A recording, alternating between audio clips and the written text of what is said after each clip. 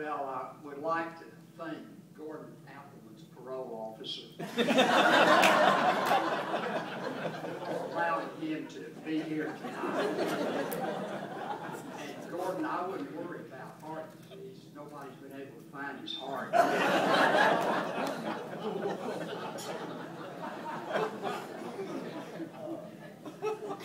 Mike Gillette, in one word, could be termed transformative in everything he's ever done. He received a BA and a PhD degree from the University of Texas.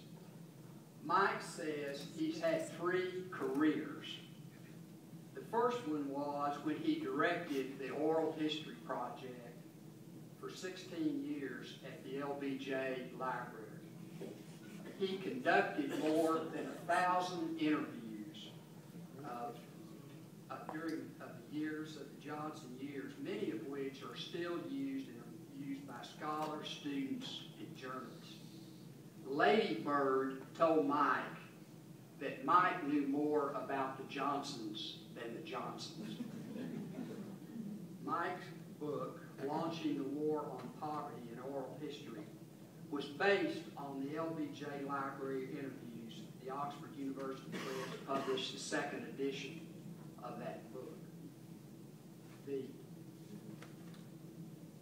second job Mike had was he directed the Center for the Legislative Archives, which has custody of the historical records of the United States Senate and the House of Representatives. When he got there, he found that these records were in disarray and they were not in one place and they were deteriorating. Mike gathered them into one location. He instituted a program to preserve those records. He turned the National Archives and the records of the House and Senate into a virtual presidential library for the Congress.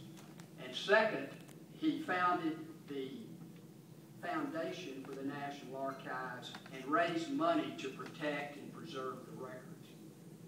When he left, in an unusual bipartisan way, something we wouldn't see today, the Senate and the House, with the Senate Majority Leader being a Republican and the House being led by a Democratic Speaker, gave him a resolution commending the work he had done for the National Archives.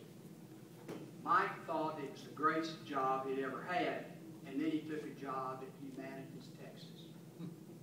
It's the state affiliate of the National Endowment for the Humanities. And this demonstrated his vision and ability to think strategically. Under Mike, teacher institutes became the jewel of what Humanities Texas does. Mike and his staff, who are here tonight, recruited the finest scholars in the U.S. and the staff, if you all want to rebut some of this. They recruited the best scholars, not just in Texas, but in the country, to go to these teacher institutes and talk about things like constitutional law, immigration in the Southwest, and the history of the U.S. One of those teachers was Bill Brands, who you've heard tonight. Another one was David Oshinsky and David Kennedy, both Pulitzer Prize winners who came to these institutes. Many of the teachers of these institutes have said that they are the best professional experience that they have ever had. And this success enabled Mike and Joe Cryer to orchestrate a successful campaign at this legislature to secure funding to sustain and maintain these teacher institutes. And it's the first time in the history of Humanities Texas that it received a state appropriation for the professional development programs for classroom teachers. Mike was not finished. He realized Humanities Texas needed a home.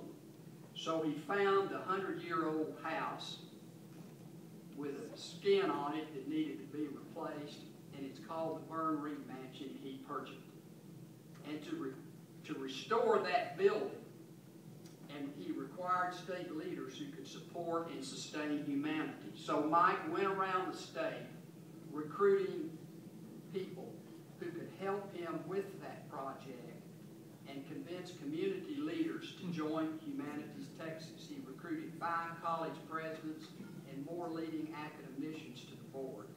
He secured the largest single grant ever given by the National Endowment for the Humanities to help with the renovation of this building. And this renovation, you see part of it, that's what it looked like many years ago, 100 years ago.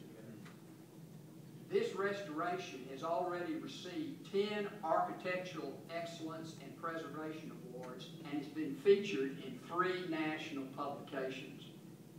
Humanities Texas is becoming the gathering place for innovation and dissemination of the humanities in Texas. Mike's wife, Leanne, is in development at UT Central's office and is equally gracious and smart and perceptive as her spouse is.